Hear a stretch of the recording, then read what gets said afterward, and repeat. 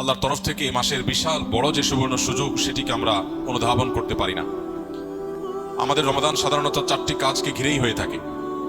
আমরা সচরাচর রমাদান মানে মনে করি বেশি থেকে বেশি দিনে রোজা রাখা, সিয়াম পালন করা, রাতে তারাবির সালাত আদায় করা, আর সন্ধ্যা ইফতার এবং ভোরে সাহারি করা।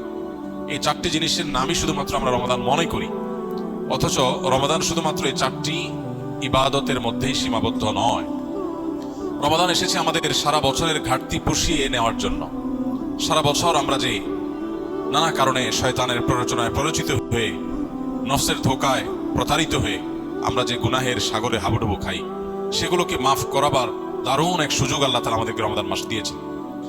এবং সেই সাথে সারা বছর নেকামল করার যে সুবর্ণ সুযোগ আল্লাহ দিয়েছেন, সেগুলো আমরা হাতছাড়া করার পর বছরের সবচেয়ে বড় রিকভার করার মাস হলো, সময় হলো, মৌসুম হলো রমাদান মাস। এই জন্য এই মাসটি হলো ইবাদতকারী, ইমানদার, মুসলিম এবং জান্নাত প্রত্যাশী মানুষদের ইবাদতের মৌসুম, নেক আমলের সিজন।